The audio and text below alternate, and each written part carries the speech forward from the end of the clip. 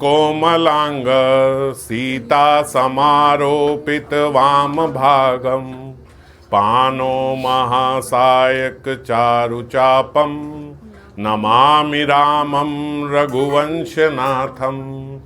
श्री गौरंगा नित्यानंद श्री अद्वैत चंद्र गदाधर श्रीवासादि गौर भक्त वृंद कृष्णाय वासुदेवाय हरये परमात्मने प्रणत क्लेश नाशाय गोविंदाय नमो नमः।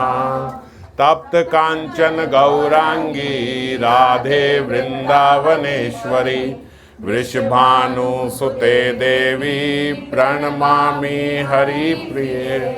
वाञ्छाकल्पतरुभ्यश्च कृपा सिन्धुभ्येव च पतितानां पावनेभ्यो वैष्णवेभ्यो नमो नमः।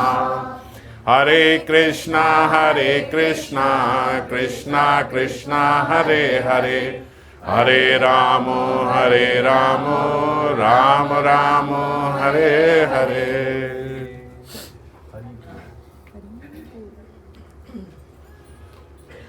तो पिछली बारी हम लोग रामायण में राम जी वनवास में हैं और शरभंग मुनि जी से मिले थे। शरभंग मुनि जी से मिलने के बाद आगे उन्होंने समस्त मुनियों के आश्रम में जाकर उनको सुख दिया। उसकी विस्तार से रामचरितमानस में चर्चा है। बीच में उन्होंने बहुत सारे हड्डियों के ढेर देखकर रघुनाथ जी को बहुत दया आई और उन्होंने मुनियों से पूछा कि हे स्वामी, आप अंतर्यामी हैं, जानते हैं। उनको जितने मुनि थे उन सब मुनियों ने उनको कहा कि आप हमसे पूछ रहे हो, आप तो अंतर्यामी हो, आप स्वयं जानते हो, फिर भी आप पूछ रहे हो तो हम आपको बताएं कि राक्षसों के जो दल हैं वो यहाँ आते हैं और सारे मुनियों को खा जाते हैं और खा के उनकी जो हड्डियाँ हैं वो यहाँ शेष रह जाती हैं। तो जो आप ये देख रहे हो बहुत बड़े बड़े वहाँ हड्डियों के पर्वत बने हुए, और भगवान राम को ये देखकर बहुत दुख हुआ, उनकी आँख में आंसू आ गए कि इस प्रकार से यहाँ पे हो रहा है। तो उन्होंने उसी समय ऐसा प्रण लिया कि मैं ये सारी भूमि जो है इनको यहाँ पे जितने भी असुर हैं उनसे निवृत्त कर दूंगा, सारे असुरों का वध करके इस भूमि को वापस असुर रहित कर दूंगा। तो ये राम जी ने प्रण लिया और इसी के साथ हमने पिछले वर्ष जो है यहाँ पे कथा पूर्ण कर दी थी। आज के समय में जैसे हम अभी भी कितने महात्मा संत चर्चा करते हैं कि आज का समय बहुत उपयुक्त है भजन करने के लिए।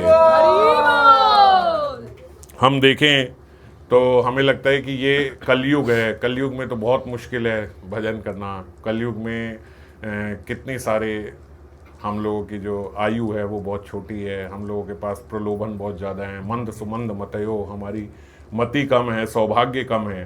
परंतु आज के समय में भी अभी भी हमारे साथ इतना दुर्व्यवहार नहीं हो रहा जितना हम देख रहे हैं कि त्रेता युग में हो रहा है। जो हवन कर रहे हैं, भजन कर रहे हैं, थोड़ा सा भी साधन करने का प्रयास कर रहे हैं, वो हम गौर लीला में भी देखते हैं कि पहले वहाँ पे कैसे यवन का राज था और वहाँ पे कोई जोर से संकीर्तन नहीं कर सकता था।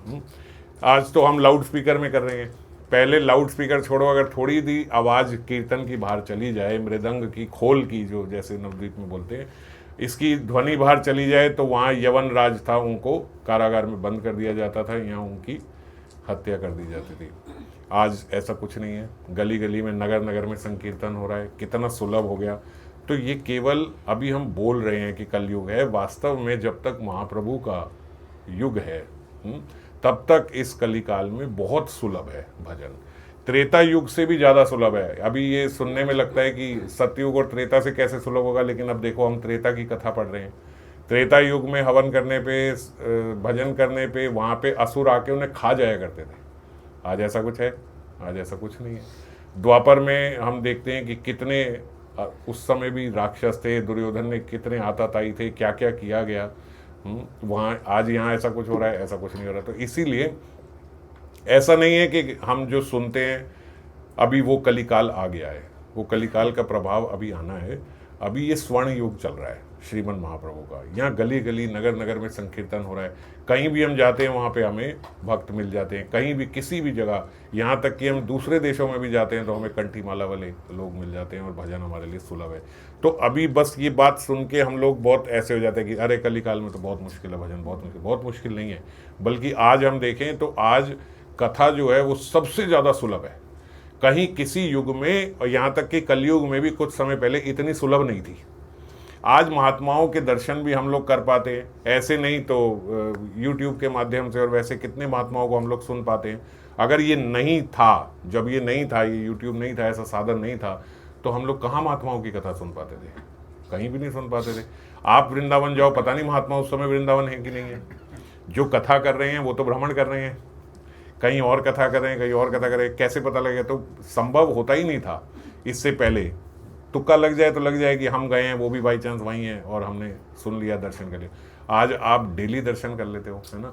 तो इतना सुलभ तो भजन कभी भी नहीं हुआ था जितना सुलभ आज हो गया। पर वो ये हर सिक्के के दो पहलू होते हैं। उसका एक YouTube का ये फ़ायदा भी है और बहुत सारे सोशल मीडिया के नुकसान भी हैं। हम अपनी बुद्धि से, अपने मन से, अपनी चेष्टाओं से नुकसान की तरफ ज़्यादा चले जाते हैं, वरना देखा जाए तो बहुत भजन हमारे लिए अभी सुलभ हो गया। तो आगे राम जी वनवास की जो यात्रा कर रहे हैं वहाँ से कथा प्रारंभ करते हैं। मुनि अगस्त्य के एक सुतीक्ष्ण नामक ज्ञानी शिष्य थे। ये शिष्य थे पर ज्ञानी थे। तो अगस्त जी ने सुतीक्ष्ण जी को, सुतीक्ष्ण जी अगस्त जी के साथ नहीं रहते थे। ऐसा क्यों? हमने कभी सोचा कि भाई सुतीक्ष्ण जी जो हैं ये थे तो बहुत परम भक्त और शिष्य, उनके भी बड़े सद शिष्य थे अगस्त जी के, लेकिन ज्ञान इनके भीतर ज़्यादा था, ज्ञान का प्रभाव ज़्यादा था। तो अगस्त्य ऋषि जी ने इन्हें कहा कि आप अभी जाओ, थोड़ा आगे जाके ऐसे ऐसे यहाँ पे कुटिया बना के अपना भजन करो, और जब भगवान के दर्शन हो जाएं तब आके मेरे से मिलना, जब भगवान आपको दर्शन दे दें तब मिलना। तो इस बात से सुदीक्षण जी का जो ज्ञान है वो थोड़ा कम हुआ। कैसे कम हुआ? गुरु जानते हैं अपने शिष्य के साथ कैसे करने से उसका भजन बढ़ेगा। तो उन्होंने जब बहुत ज्ञान की बातें हुई, बहुत ज्ञानी हो गए, तो उन्होंने कहा आगे जाओ और जब भगवान के दर्शन हो, तो जब भगवान के दर्शन हो तब मिलना। ज़्यादा दूर नहीं रहते, समीप ही रहते हैं अगस्त्य ऋषि जी, लेकिन उन्हें बोला कि अब आज के बाद मिलना भी नहीं, तब मिलना। तो ये उस कारण से भगवान को पुकारते हैं। अब ज्ञानी जब भगवान को पुकारने लगेगा तो क्या बन जाएगा? तो भक्त बन जाएगा। भक्त और ज्ञानी में क्या भेद है? ज्ञानी सोचता मुझे सब मालूम है। उद्धव जी जो थे वो सोचते थे कि अरे भगवान को कहीं बाहर ढूंढने की क्या जरूरत है, भगवान तो भीतर है। हमारे नेत्रों के बीच में आप ध्यान लगाओ, मध्य में, और ध्यान भ्रुकुटी में यहाँ ध्यान लगाओ और आपको भगवान के दर्शन होंगे। आप नासिका के अग्रभाव को देखो, ये करो। बहुत योग की बातें करते थे, ज्ञानियों की बातें करते थे। तो हमारे कन्हैया ने भी क्या किया, वहाँ को बोला आप ब्रज जाओ, आप ब्रज जाओ, गोपियों से मिलो। थोड़ा जब भगवान के साथ कोई ज्ञानी व्यक्ति चिपकने लगता है, भगवान दूर कर देते हैं। दूर जाओ, पहले भक्ति सीख के आओ, क्योंकि भक्ति से भगवान सुलभ है और किसी को सुलभ नहीं है। तो उद्धव जी को भी भेजा, क्यों भेजा? कि आप पहले भजन सीख के आओ। इनको क्यों भेजा? अगस्त्य जी ने सुदीक्षण को थोड़ा दूर किया कि इनके अंदर भक्ति आए। अब भक्ति कैसे आएगी? जब भगवान की जीव प्रतीक्षा करने लगता है, जब भगवान के दर्शनों की लालसा करने लगता है, जब भगवान के स्वरूप को देखने की पिपासा उसके हृदय में आ जाती है, बस तब वो भक्त बन जाता है। भक्त में क्या है? भक्त और अभक्त में यही भेद है। अभक्त जो है वो बड़ा प्रसन्न है, बड़ा खुश है, भगवान से दूर रह के यहाँ इस माया की नगरी में भी वो खुश है।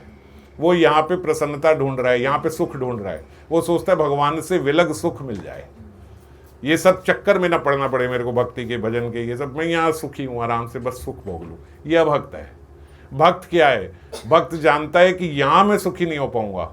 वो हमेशा भगवान की प्रतीक्षा करता है, भगवान को देखने की पिपासा रखता है। उसके भीतर प्यास है कि मैं असल सुख को ले पाऊं, मैं सुख स्वरूप भगवान के दर्शन कर पाऊं। वो जानता है। और अज्ञानी कौन है? जो जानता नहीं है, वो यहाँ सुख ढूंढ रहा है। सुख तो दोनों ही चाहते हैं। अभक्त इस जगत में सुख ढूंढ रहा है और भक्त भगवान के दर्शनों में। तो सुतीक्ष्ण जी को भक्त बनाने का सबसे सरल उपाय अगस्त्य जी को क्या लगा कि जब भगवान के दर्शन हो जाए तब मेरे पास आ जाना। गुरु के दर्शन तो वो करना चाहते हैं, ज्ञानी कितना भी हो, गुरु के तो समीप रहना ही चाहता है।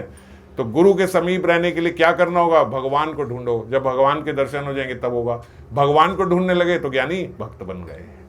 तो सुतीक्ष्ण जी सदा भगवान का चिंतन करते, भगवान को प्रार्थना करते कि आप मुझे मिल जाओ कि मैं अपने गुरु के दर्शन कर सकूं। इसलिए वे मन, वचन और कर्म से श्री राम जी के चरणों के सेवक थे। उन्हें स्वप्न में भी किसी दूसरे देवता का भरोसा नहीं था। क्यों नहीं रहा किसी दूसरे देवता का भरोसा? क्योंकि अगर भगवान के दर्शन होंगे तो मुझे अगस्त्य जी मिलेंगे। इसी को मन, क्रम, वचन से सेवक होना कहते हैं। किसको? जिसको सपने में भी किसी और से कोई आस नहीं है, किसी और से कोई आशा नहीं है, बस यही मिल जाए मुझे। अब ये देखो, ऐसे ना वो होते, लेकिन अगस्त्य जी ने उन्हें लगा दिया कि जब भगवान के दर्शन होंगे मैं तभी आपको मिलूंगा, तभी मेरे पास आना। तो वैसे नहीं तो ऐसे भगवान के भक्त हो गए और एकदम एकनिष्ठ हो गए, क्योंकि उन्हीं के दर्शन से वो प्राप्त होंगे। उन्होंने ज्यों ही प्रभु के आगमन अपने कानों से सुना, जब ये पता लगा कि दशरथ नंदन श्री राम साक्षात हरि का स्वरूप यहीं वन में भ्रमण कर रहे हैं और हमारे ही वन में आ गए हैं और सब मुनियों को सुखी करने के लिए प्रत्येक मुनि के आश्रम में जा रहे हैं, तो बड़े प्रसन्न हुए। जैसे ही उन्हें ऐसे पता चला, आतुरता से, शीघ्रता से दौड़ चले। जिनका इतने वर्षों से इंतजार हो रहा है, कुछ समय नहीं हुआ था, बहुत वर्ष हो गए थे अगस्त्य जी से अलग हुए और यहाँ पे रहते हुए और भगवान को ढूंढते हुए। हमने शबरी जी का सुना है ना, शबरी जी रोज सोचती कि भगवान आ जाएंगे, आ जाएंगे, आ जाएंगे। ये जो है ये भी सोचते कि एक बार भगवान के दर्शन हो जाए, एक बार किसी प्रकार से भगवान आ जाए। एक मन में आस और थी कि अगस्त्य जी ने कहा जब भगवान के दर्शन होंगे तब मेरे पास मिलने आना, यानी भगवान के दर्शन होंगे, है ना। गुरु ने अगर बोला है कि भगवान के दर्शन हो तब मेरे पास आना, तो मतलब दर्शन होंगे। तो इनके अंदर इतनी पिपासा हो गई कि ये भगवान के परम भक्त हो गए कि कब मिलेंगे, कब मिलेंगे। अब इन्हें पता लगा यहाँ आ गए हैं तो आतुर हो गए, बड़ी तीव्रता से, शीघ्रता से दौड़ने लगे इधर। समझ नहीं आ रहा कहाँ दौड़ रहे हैं, मगर दौड़ रहे हैं कि राम जी अब यहाँ आने वाले हैं। हे विधाता, क्या दीन बंधु श्री रघुनाथ जी मुझ जैसे दुष्ट पर दया करेंगे? क्यों अपने आप को दुष्ट कह रहे हैं? इनकी दुष्टता क्या है? इनकी दुष्टता ये है कि ये पहले ज्ञानी थे, तो इन्हें लगता है कि मैं दुष्ट हूँ। हम इतने विषयी हैं, हमें लगता है कि मुझे तो दर्शन देंगे, मैं तो नाम करता हूँ, मैं तो भक्त हूँ, मुझे तो दर्शन देंगे। और ये विषयी नहीं है, ज्ञानी है। ज्ञानी भी भक्ति होते हैं, भगवान के परम भक्त है, लेकिन सोचते हैं कि मैं दुष्ट हूँ क्योंकि मैं पहले ज्ञानी था। मेरे गुरुदेव ने मेरे को ऐसे कर दिया कि जब भगवान के दर्शन होंगे तब आना मेरे पास। गुरुदेव रुष्ट नहीं है, तरीका जानते हैं कि मेरा शिष्य भक्त कैसे बनेगा, तो क्या वो मेरे को दर्शन देंगे, ऐसा मन ही मन में सोचते। क्या स्वामी श्री राम जी छोटे भाई लक्ष्मण जी सहित मुझे अपने सेवक की तरह मिलेंगे? अब ये सब उनके भीतर संदेह हो रहा है कि क्या मुझे अपना सेवक मानेंगे? ऐसे तो नहीं कहेंगे तू तो ज्ञानी है, तू तो अपनी भ्रुकुटी में ध्यान कर ले भैया, तेरे को मैं दर्शन दे दूंगा। क्या वो ऐसा सोचेंगे? पर अब तो मैं उनके साकार स्वरूप की आशा रखता हूं, अब तो मैं उनके साकार स्वरूप की पूजा करता हूं। बार बार ऐसा भी सोचते, जैसे हम राधा रस सुधा निधि में प्रकाशानंद जी का चरित्र देखते हैं ना, बार बार ऐसे लगता है कि अरे मैं तो ज्ञानी था, क्या कहीं वो मुझे ऐसे ज्ञानियों में तो नहीं मेरी गणना कर लें, अब दोबारा मिलेंगे कि नहीं मिलेंगे, फिर मिलेंगे कि नहीं मिलेंगे। अब ऐसे ही यहाँ पे इनकी ऐसी अवस्था है सुतीक्ष्ण महाराज जी की। विश्वास नहीं होता क्योंकि मेरे मन में भक्ति, वैराग्य और ज्ञान कुछ भी नहीं है। ज्ञानी है लेकिन अब क्या सोच रहे हैं, मेरे मन में तो कुछ भी नहीं है। वैरागी हैं, कहाँ रहते हैं? एक कुटीर में वन के अंदर रहते हैं, कहते हैं मैं वैरागी नहीं हूँ, मैं वैरागी नहीं हूँ, मेरे से मिलेंगे कि नहीं? मेरे अंदर तो भक्ति भी नहीं है। क्यों भक्ति नहीं है? कि मैं ज्ञान मार्ग में चल पड़ा था। ज्ञानी क्यों नहीं हूँ? क्योंकि उस पर भी कहाँ चल पाया मैं, तो मैं तो कहीं का भी पथिक नहीं हूँ, ना मैं ज्ञानी हूँ, ना मैं भक्त हूँ, ना मैं वैरागी हूँ। वो मुझसे मिलेंगे कि नहीं मिलेंगे? मोरे जिए भरोस दृढ़ नाही, भक्ति बिरति न ज्ञान मन माई। मेरे भीतर कुछ भी नहीं है। क्या राम जी मुझसे मिलेंगे कि नहीं मिलेंगे? मैंने तो न सत्संग किया है, न योग किया है, न जप किया है, अथवा ना ही मैंने कोई यज्ञ किए हैं। सारे ऋषि मुनि जहाँ यज्ञ करते, सुतीक्ष्ण जी अलग थे, इनको अलग कर दिया था। अकेले तो यज्ञ नहीं कर पाएंगे, तो अलग से बैठते, तो वहाँ यज्ञ भी नहीं होते थे, सत्संग भी नहीं होता था, क्योंकि गुरुदेव ने अपने आश्रम से विलग एक कुटिया में रह के भजन करने को कहा था। तो बोलते मैंने तो कुछ किया ही नहीं है, वो मुझसे मिलेंगे कि नहीं मिलेंगे? क्या किया है सुतीक्षण जी ने जो राम जी इनसे पहले मिल रहे हैं? देखो ये कि राम जी आए तो अगस्त्य जी से बाद में मिल रहे हैं, सुतीक्षण जी से पहले मिल रहे हैं। सुतीक्षण के भीतर क्या भजन था, क्या भक्ति थी? सुतीक्षण जी कह रहे हैं ना तो मैं सत्संग कर पाया हूं, सत्य है, ना मैं योग कर रहा हूं, सत्य है, ना मैंने इतना जप किया है और ना ही मैंने इतने यज्ञ किए हैं, और ना प्रभु के चरण कमलों में मेरा दृढ़ अनुराग है। मैं तो केवल इसलिए इनके दर्शन की अभिलाषा रखता रहा कि मुझे गुरुदेव से मिलना है, पर ऐसा वो सोच रहे हैं। इस कारण भी जब उनकी आशा उनसे मिलने की हुई तो दृढ़ अनुराग तो हो गया। हुआ किस लिए? कि गुरुदेव से मिल पाऊंगा अगर वो मिल जाएंगे, मगर इस कारण उनका इंतजार करते करते करते करते उनसे कब प्रीति हो गई सुतीक्षण जी को पता ही नहीं है कि मेरी कब उनसे इतनी प्रीति हो गई।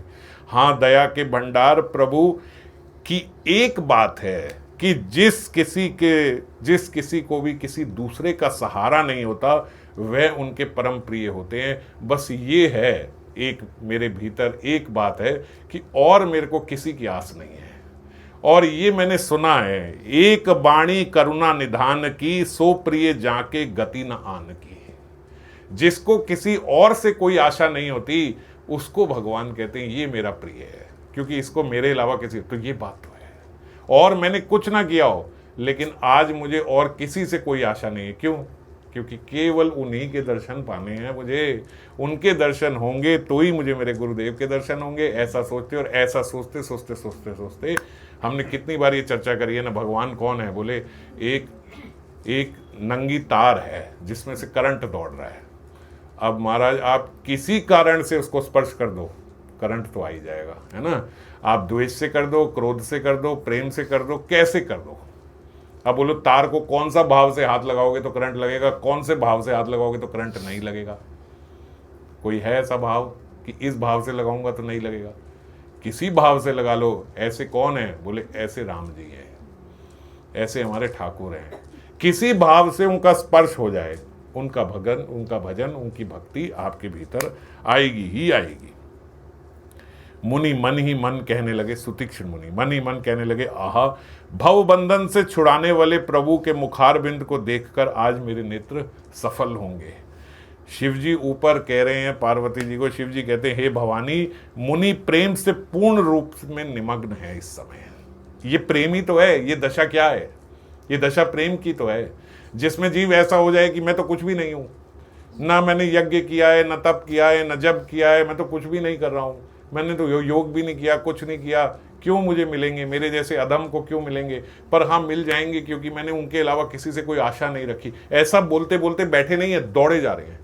दौड़ के आगे जाते हैं, फिर सोचते नहीं मुझे क्यों दर्शन देंगे, वापस आ जाते हैं। फिर दौड़ के आगे जाते हैं, पर मैं तो केवल उन्हीं से आशा रखता हूँ। फिर वापस आ जाते हैं, पर मैं तो उनका सेवक नहीं हूँ, मेरे को क्यों मिलेंगे? क्या वो मेरे से मिलने आएंगे या सीधा यहाँ से निकल जाएंगे, मुझे मिलेंगे नहीं? ऐसा सोच के इधर उधर दौड़े जा रहे हैं। उनकी यह दशा शिवजी कहते हैं हे भवानी, कहीं नहीं जाती उनकी ऐसी दशा। वो देख रहे हैं, भगवान शिव भी ऊपर से आनंद ले रहे हैं कि भक्त की कैसी दशा हो रही है। उन्हें दशा विदिशा, किसी दिशा किसी विदिशा, रास्ता कुछ सूझ नहीं रहा है। कहाँ भाग रहे हैं? कहाँ से राम जी आएंगे? वन है, कोई हाईवे थोड़ी है, कोई सड़क थोड़ी बनी है, कहाँ से राम जी आएंगे? तो कहाँ से आएंगे ये भी नहीं पता। तो कभी इस दिशा में भागते हैं, फिर वापस आते हैं। कहीं मैं उस दिशा में गया, पीछे से निकल गए तो फिर वापस आके दूसरी दिशा में भागते हैं। मेरी कुटी इतनी बड़ी थोड़ी है, मैं इतना बड़ा मुनि थोड़ी हूँ कि मेरी कुटी में आ जाएंगे। बड़े बड़े अगस्त्य ऋषि जी की कुटी में आएंगे, जहाँ उनके साथ कितने 100 सन्यासी रहते हैं, कितने 100 उनके शिष्य रहते हैं। इतना बड़ा मंडल में उनका कुटीर है, वो तो नजर आएगी। एक छोटी सी कुटी कैसे नजर आएगी? कभी इधर जा रहे हैं, कभी इधर जा रहे हैं, कभी उधर भागे जा रहे हैं चारों दिशा में, कि ऐसा ना हो कहीं मैं कभी इधर जाऊं और वो इधर से निकल जाए। ऐसे सुतीक्षण महाराज जी की अवस्था हो गई है। मैं कौन हूं, कहाँ जा रहा हूं, यह भी नहीं जानते। कुछ समझ में नहीं आ रही कि इस समय क्या हो रहा है। कभी पीछे घूमकर फिरते, कभी आगे चलने लगते, कभी प्रभु के गुण गा गा कर नाचने लगते। आज भवबंधन से मैं मुक्त हो जाऊंगा। आज जो सबको पार लगाने वाले हैं उनको मैं इन नयनों से देख लूंगा, मैं इन नेत्रों से उन भगवान के दर्शन। बहुत बड़ी बात है, बहुत बड़ी बात है कि आज साक्षात श्री हरि के दर्शन हो जाएंगे। वो भगवान जो सबको पार लगाने वाले हैं, वो ऊपर, वो गोलोक में रहने वाले वो ऊपर साकेत में रहने वाले आज पृथ्वी पर आ गए और आज ऐसे मुझे उनके दर्शन हो जाएंगे कि वो वन में आ रहे हैं। क्या करूं, कहाँ जाऊं, ऐसा ना हो कि ये निकल जाए, ये मिस हो जाए, ऐसा ना हो, भाग रहे हैं इधर उधर इधर उधर। अविरल प्रेम भगति मुनि पाई, प्रभु देखई तरु ओट लुकाई। प्रभु कहाँ है इस समय? इस समय प्रभु जो हैं वो कहीं और नहीं है, वो वहां एक वृक्ष के पीछे छुप के देख रहे हैं सुतीक्षण जी को, आनंद ले रहे हैं अपने भक्त का कि किस तरह ये प्रेम में ओतप्रोत हो रहा है। अविरल प्रेम भगति मुनि पाई, मुनि ने प्राण प्रगाढ़ प्रेम भक्ति जो प्राप्त कर ली है, प्रभु श्री राम जी वृक्ष की आड़ में छिपकर उसको देख रहे हैं। वो आ चुके हैं वहां पे, वो खड़े होके देख रहे हैं। प्रभु देखई तरु ओट लुकाई, अतिशय प्रीति देखी रघुबीरा, प्रगटे हृदय हरन भव भीरा। इतनी अतिशय प्रीति राम जी देख रहे हैं इसके अंदर है, मुनि के हृदय में वह प्रकट हो गई है देख के। अब सबसे सर्वप्रथम कहां प्रकट हुए? मुनि के हृदय में। वो इधर उधर भाग रहा है और अब वो कहां प्रकट हो गए? उसके हृदय में। अब उसको अपने भीतर भगवान श्री राम के स्वरूप के दर्शन हो रहे हैं। ये क्राइटेरिया है भगवान का कि वो कब हृदय में प्रकट होते हैं। हम लोग बोलते रहते हैं अरे हमें क्यों नहीं स्मरण होता, हम इतना ध्यान लगाते हैं, क्यों हमारे हृदय में हमें नजर नहीं आते? होता है कि नहीं होता? हम लोग कितना ध्यान लगाने की कोशिश करते हैं, ऐसे नहीं प्रकट होते। हृदय में भगवान आते हैं, उन्हें लाया नहीं जा सकता, वो आते हैं। और कब आते हैं? जब ऐसी तीव्रता से उनके दर्शन करने की लालसा हो तो वो हृदय में प्रकट हो जाते हैं। हृदय में प्रभु के दर्शन पाकर अब क्या हुआ? जो इधर उधर भाग रहे थे, अचानक से अपने हृदय में उनके दर्शन होने लगे। आंख बंद करके वहीं बैठ गए। कहां बैठ गए? बीच रास्ते में बोले वहीं बैठ गए। अब नहीं पता कि अब क्या, किस सुध में, जिसको कहते समाधि लग गई। अब वहीं स्थिर हो गए और स्थिर होके वहीं बैठ गए। जो इधर उधर इतना भाग रहे थे, इतना चंचल हो रहे थे, अभी उधर बैठकर तब रघुनाथ निकट चली आए, देखी दशा निज जन मन भाए। जब उन्होंने उनकी ये दशा देखी तो श्री राम जी वहां उनके पास चले आए और अपने भक्त की ऐसी प्रेम दशा देखकर मन ही मन बहुत प्रसन्न हो रहे हैं। भगवान को भी बड़ा आनंद आता है। ये स्वरूप देख के भक्त का भगवान को बहुत आनंद होता है। भक्त को आनंद है भगवान के स्वरूप का देखे, उससे ज्यादा आनंद भगवान को है भक्त के ऐसे प्रेममय स्वरूप के दर्शन करके। श्री राम जी ने मुनि को बहुत प्रकार से जगाया। उनके भीतर पहले तो दर्शन दे दिए, अब जब दर्शन देके वो स्थिर रह गया, अब रुका नहीं जा रहा है रघुनाथ जी से। अब मन कर रहा है अब मैं इससे गले मिल जाऊं अपने भक्त से, अब मैं इसको उठाऊं, सुतीक्षण को अपने हृदय से लगा लूं। अब उसको उठाते हैं, वो उठता नहीं है। क्यों? उसको तो दर्शन हो रहे हैं, उसको भीतर दर्शन हो रहे हैं, वो उठ ही नहीं रहा। बहुत प्रकार से उसको जगा रहे हैं, अरे उठ, जिसके तू भीतर दर्शन कर रहा है वो आ गए। अरे मैं दशरथ नंदन राम अपने अनुज लक्ष्मण भार्या सीता के साथ आपके पास आ गया हूं, उठो। वो उठ ही नहीं रहा है, वो आनंद में है सुतीक्षण जी इस समय। पर मुनि जो हैं वो जागे नहीं, क्योंकि उन्हें प्रभु के ध्यान का इस समय सुख प्राप्त है। इसीलिए हम आज संतों का भी सुनते हैं ना कि जब बैठे होते हैं समाधि में तो महाराज कोई आ जाए फिर वो उठते नहीं। ये प्रत्यक्ष उदाहरण। अरे उन्हें वो मिल गया जिसके लिए वो जीवन भर साधना कर रहे थे। जब वो वस्तु प्राप्त हो रही है जिसके लिए हमने जीवन भर साधना करी है, तो कौन सी चीज से फिर उठ के बाहर आएंगे? फिर कौन सी चीज उन्हें निकाल सकती है? हमारा थोड़ा सा ध्यान लगता है, हल्का सा कुछ हुआ, फोन आ गया हमारा, सब छोड़ के पहले फोन। तो क्या चीज इंपॉर्टेंट है हमारे लिए? फोन इंपॉर्टेंट है। जरा सा कुछ हुआ, नीचे से कोई आवाज आई, इधर से कोई आवाज आई, हाँ जी हम वहां पहुंच गए। तो क्या चीज इंपॉर्टेंट हुई? इसीलिए भगवान हमारे हृदय में प्रकट नहीं होते। क्यों प्रकट हो भैया? अभी तो बहुत चीजें आपको और ज्यादा इंपॉर्टेंट लगती हैं। यहाँ पे क्या अवस्था है? बोले यहाँ राम जी के जो हृदय में दर्शन हो रहे हैं, उसके बाद राम जी स्वयं आ गए तो आंख नहीं खोल रहे भक्त कि अब तो आपके दर्शन हो रहे हैं। तब श्री राम जी ने अपने को उनके हृदय से छुपाया। बोला भैया वहां से निकालो, तब बाहर देखेगा ये, जब तक वहां रहेगा तब तक नहीं। अब क्या है देखो, एक तरीके से उनकी अब परीक्षा भी ले रहे हैं पूर्ण रूप से। जब भगवान ध्रुव महाराज जी के पास गए थे तो ध्रुव महाराज जी ने को भगवान ने पहले देखा कि ध्रुव मेरे कौन से स्वरूप का चिंतन कर रहा है। नारद जी से पूछा, नारद जी मेरे कौन से स्वरूप का बताया था, विवरण दिया था। नारद जी ने बताया इस स्वरूप का विवरण दिया था, आपके चतुर्भुज स्वरूप का, ध्रुव महाराज जी को। अच्छा, तो ध्रुव महाराज जी के हृदय में अपने उस स्वरूप को डाला, उस स्वरूप को डाला। ध्रुव महाराज जी पूरे वो हो गए। अब ध्रुव महाराज जी भी आंख नहीं खोल रहे, भगवान स्वयं सामने प्रकट हो गए। ठाकुर जी ने बड़े तरीके से ध्रुव महाराज जी को भी जगाने का प्रयास किया, ध्रुव महाराज जी नहीं जगे, आंख नहीं खोली। क्या करें, ठाकुर जी ने क्या करा, वहां की जो छवि थी उसको ढक लिया। ध्रुव महाराज जी अब छटपटाए कि मेरे हृदय से जो भगवान थे, राम जी जो हैं, उन्होंने देखा कि ये मेरे स्वरूप का भीतर दर्शन कर रहा है, मेरे स्वरूप का दर्शन करेगा तो मेरे को आंख खोल के नहीं देखेगा। उन्होंने अपने उस स्वरूप को ढक लिया, छिपा लिया, और छिपा के साथ में परीक्षा। मैंने क्यों बताया, ध्रुव महाराज जी के तो भीतर से गायब ही कर दी। ऐसे ही भीष्म पितामह के पास भी गए थे, भीष्म पितामह भी ध्यान में लगे हुए थे। जब आधी रात को भगवान द्रौपदी को लेके गए थे, कन्हैया है ना, उनको वर दिलवाने के लिए, तो भीष्म पितामह भी नहीं उठते थे, वो भी ध्यान कर रहे थे। अब ध्यान करते करते उन्होंने क्या किया, काली कांवर अपनी पूरी ओढ़ ली, उनके हृदय में भी पूरा काला काला हो गया। भीष्म पितामह कह रहे नजर ही नहीं आ रहे, नजर नहीं आ रहे, तो आंख खोली, आंख खोली तो द्रौपदी सामने बैठी थी। नहीं तो द्रौपदी के जगाने से जगते नहीं, भीष्म पितामह तो अपने ध्यान में है। उन्होंने कहा महाराज आप ध्यान में रहोगे, वहां सूर्य उदय हो जाएगा, सब आ जाएंगे। तो ठाकुर जी की ये लीला बड़ी प्रचलित है, पुरानी है, कि जब भक्त मस्त होता है अपने हृदय में उनकी छवि को देख के, तो अपनी छवि को ढक लेते हैं, अंधेरा कर देते हैं, फिर वो छटपटाता है, फिर उसको बाहर से दर्शन देते हैं। यहाँ क्या किया, यहाँ क्या अलग किया, यहाँ पे अपने आप को ढक के स्वरूप, कौन से स्वरूप के दर्शन हो रहे थे, राम लक्ष्मण सिया जी के दर्शन हो रहे थे।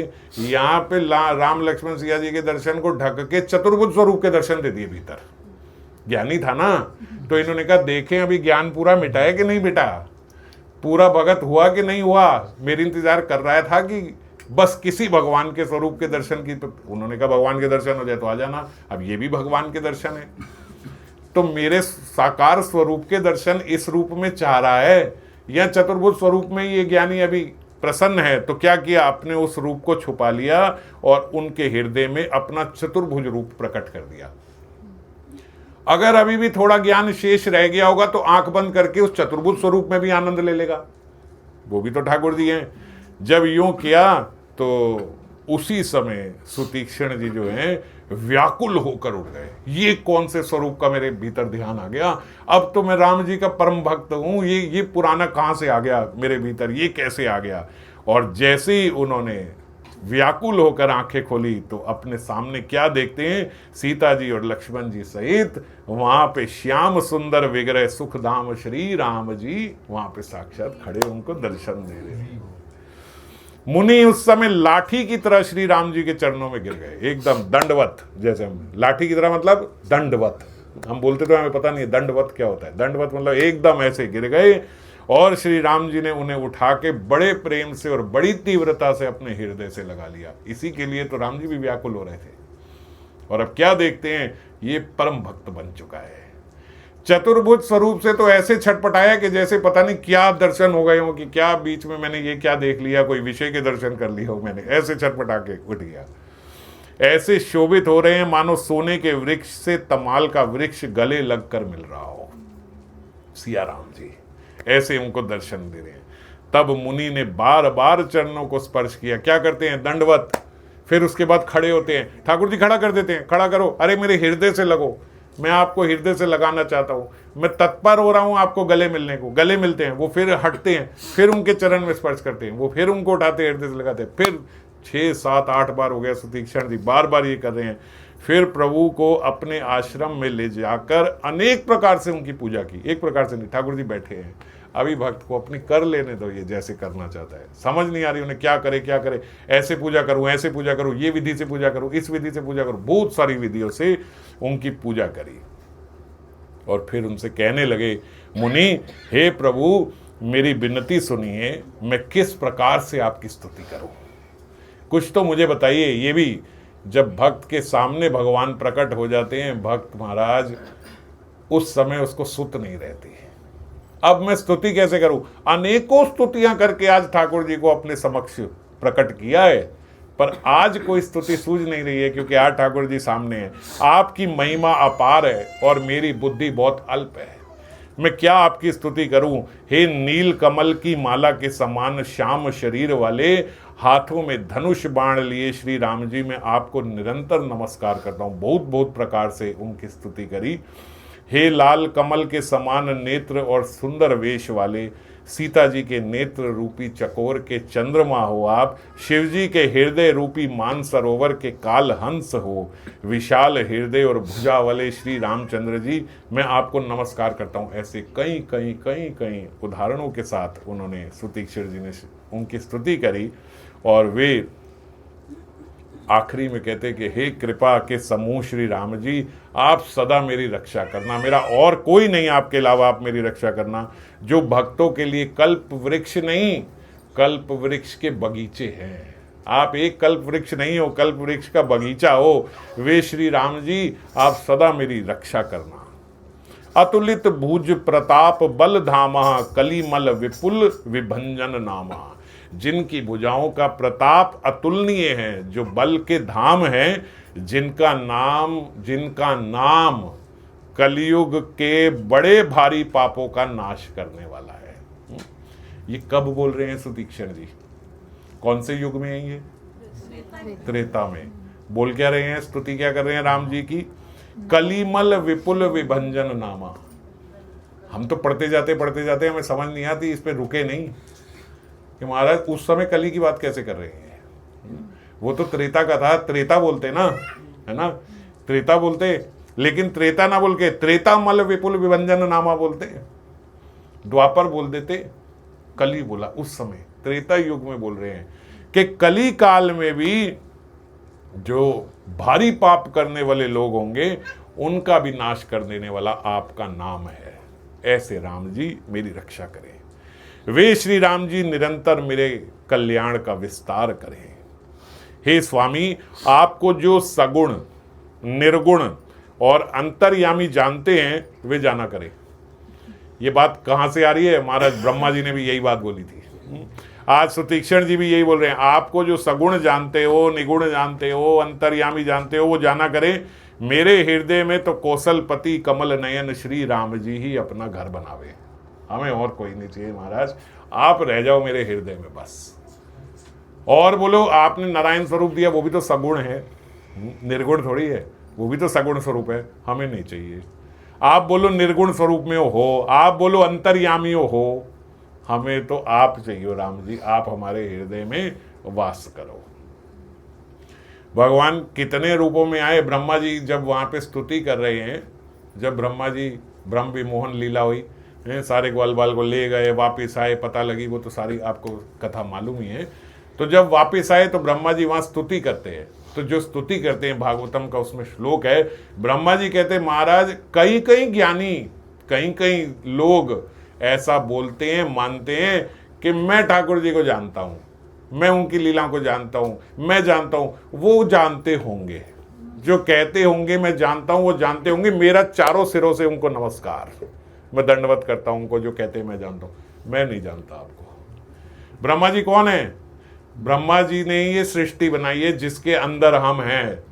ब्रह्मा जी की सृष्टि के भीतर रहने वाला जीव कहता है मैं जानता हूँ भगवान को। ब्रह्मा जी कहते हैं वो जानता होगा, मैं दंडवत करता हूँ। मेरी अवस्था कैसी है? बोले जैसे गर्भवती स्त्री के अंदर जो बालक होता है, जो शिशु होता है, गर्भ के भीतर जो बाहर आया ही नहीं है, वो जानता है अपनी माता को। क्या उसने अपनी कभी माता के स्वरूप के दर्शन करे हैं? अभी तो गर्भ में है। बोले ठाकुर जी मेरी स्थिति वैसी है। ब्रह्मा जी कह रहे मेरी स्थिति ऐसी है, और जो मैंने अपराध किया उसको ऐसा ही समझना। जब शिशु गर्भ के भीतर लात मारता है ना, तो माता प्रसन्न होती है। तो मेरी इस हरकत को ऐसे ही समझना कि गर्भ के भीतर का शिशु लात मार रहा है, आप प्रसन्न हो जाना इससे। भक्तों की स्तुति बड़ी कमाल की होती है। गड़बड़ काम करते हैं, लेकिन गड़बड़ में भी ऐसी स्तुति कर जाते हैं कि ठाकुर जी रिझ जाते हैं। भाई ये बात तो यहाँ पे सुतीक्षण जी भी यही कह रहे हैं, आपके कोई सगुण निर्गुण अंतर्यूप को जानता हो, हमें तो कौशलपति कमल नयन श्री राम जी भाते हैं, हमारे हृदय में वो ही रहे। अस अभिमान जय जनी भोरे, मैं सेवक रघुपति पति मोरे। मेरा और कोई नहीं है, ऐसा अभिमान भूल कर भी ना छूटे कि मैं सेवक हूं और श्री राम जी मेरे स्वामी है। पति कौन होता है? स्वामी। मैं सेवक रघुपति पति मोरे, मेरे स्वामी रघुपति है। सुनी मुनि बचन राम मन भाए। क्या हो गया ठाकुर जी? यही बात से तो ठाकुर जी प्रसन्न होते हैं। ध्रुव जी कितने छोटे से हैं? 5 वर्ष के ध्रुव जी हैं ना, महाराज पढ़े न लिखे, अभी तो 5 वर्ष के हैं। गोदी में बैठने की जिद में आके ठाकुर जी को प्रकट कर दियो। अब ठाकुर जी कह रहे हैं मेरी स्तुति करो। महाराज वहां ने काखा गानी पड़ी, स्तुति कहाँ से कर दें आपकी? कह रहे नहीं, मेरी स्तुति करो। भगवान को बड़ा अच्छा लगता है, बड़ी प्रसन्नता होती है जब भक्त मेरी स्तुति करता है। स्तुति करनी आती नहीं, क्या करें? तो क्या करें? ठाकुर जी ने अपना शंख जो है, बोले वो शंख वो बजाते थे ना, तो उनके अधर अमृत भी उसमें है, शंख में अधरामृत लगाए ना, तो वो अधरामृत वाला शंख जो है उनकी गाल से छुआ दिया। जो महाराज गाल से छुआ दिया, बड़े बड़े ज्ञानी ऐसी स्तुति नहीं कर पाते, वैसी स्तुति ध्रुव जी ने कर दी जब ठाकुर जी का शंख स्पर्श हो गया तो। मगर मजा आता है, ठाकुर जी को बहुत आनंद होता है, इसीलिए बोलते समक्ष खड़े होके महाराज उनकी स्तुति करनी चाहिए। जो एड़ी पेड़ी टेढ़ी भाषा आती है वहां में स्तुति कर दो, कोई बात नहीं, वो बड़े प्रसन्न होते हैं। आपको जैसे लग रहे हैं, आप बड़े सुंदर लग रहे हो, ऐसे लग रहे हो, वैसे लग रहे हो, जैसी आपकी उपमा देने का मन करे, जैसे व्हाट्सएप पे झड़ी लगा देते हैं गिरिराज जी की स्तुति करने का, ठाकुर जी को प्रसन्न है, बहुत प्रसन्न होते हैं, आनंद होता है ठाकुर जी। आह, कोई मेरी स्तुति कर रहा है। ये स्तुति क्या है? ये स्तुति वो करवाना चाहते हैं, जब कोई नहीं करता तो भी करवाते हैं। पढ़ा लिखा नहीं है, शंख लगा देते, कर, मुझे तुझसे सुननी है। तो ऐसे ही यहाँ पे मुनि के वचन सुनकर श्री राम जी मन में बहुत प्रसन्न हुए। उन्होंने हर्षित होकर श्रेष्ठ मुनि को हृदय से लगा, बार बार वो इनको हृदय से लगाते हैं। भगवान बड़े अधीर रहते हैं अपने भक्त को हृदय से लगाने के लिए। और कहा, हे मुनि, जो वर मांगो वही मैं तुम्हें दूंगा। अब ये भी इनका पेट है, जहां कहीं किसी के पास जाते हैं सबसे पहले क्या बोलते हैं? वर मांगो। क्यों? बोले क्योंकि हमसे ज्यादा तत्पर ठाकुर जी रहते हैं, मेरे से वर मांगो। हमारे समक्ष तो नहीं आते, हम कहें ये उनकी पेट चीज है, पर हमारे समक्ष तो नहीं आते, हमसे तो नहीं बोलते कि वर मांगो। मतलब हम बिना कहे इतना मांग लेते हैं, ये दे दो, वो दे दो, ऐसा दे दो, वैसा दे, चलो कम से कम इतना तो कर दो, चलो ऐसे तो कर दो, चलो वैसे तो कर दो। ये सब हम करते कि नहीं करते? थोड़ा तो हमने भी नाम लिया होगा, इतना कर दो। थोड़ा हमारा भी भजन होगा, इतना कर दो। मैं भी तो आपका भजन करता हूं, ऐसा कर दो। आप देख लेना, यदि ठीक समझो तो ऐसा कर दो। हम कहते भाई अच्छा स्टाइल है मांगने का कि हम ना मांगे, हम उनको बोल दें आपको ठीक लगे तो, पर तो भी मांग तो रहे। तो जब हम बहुत प्रकार से मांग लेते हैं तो भगवान भक्त से प्रसन्न होते हैं। मांगने पे भी कहते चलो मेरा भक्त है, इतना भजन किया इसने, अच्छा कुछ मांग लिया, दे देते हैं। क्या मांगा? हमारा 10 रुपया, 100 रुपया, ऐसी चीजें ही मांगते हैं जो वो दे सकते हैं उसके सामने। अरब खरब पति के सामने आप तो 2, 4, 5 रुपया मांग लेते हो, ठाकुर जी देते, चलो दे दो, ये यही चाह रहा है, इसको दे दो। पर जो चतुर भक्त होता है, चतुर शिरोमणि, चतुर का मतलब चालाक नहीं, समझदार, जो समझदार होता है, वरना तो वैसे तो प्रेम की दशा ऐसी होती है कि वो मांगना, उसमें कोई समझदारी चतुरता नहीं होती, उसको मांगने का पता ही नहीं होता कि मांगना क्या है, क्या मांगू। मांगने के लिए तो भजन कर ही नहीं रहा था। अब यहाँ सुतीक्षण जी किस लिए भजन कर रहे हैं? एक ही लक्ष्य है, आपके दर्शन हो जाए। अब क्या मांगू? इनसे क्या मांगू? मुझे तो यही चाहिए कि आपके दर्शन हो जाएं।